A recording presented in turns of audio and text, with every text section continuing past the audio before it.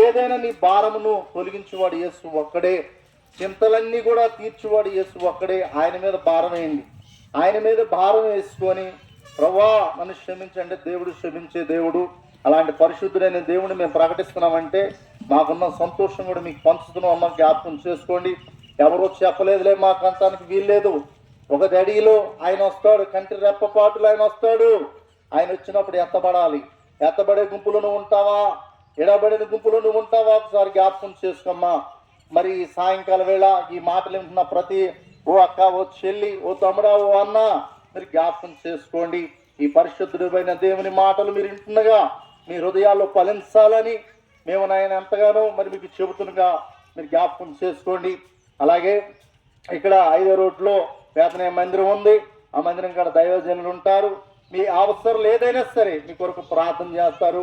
ఈ స్థలముల నుంచి మేము బయటకు వెళుతుండగా మీ కొరకు చిన్న ప్రార్థన చేస్తాం.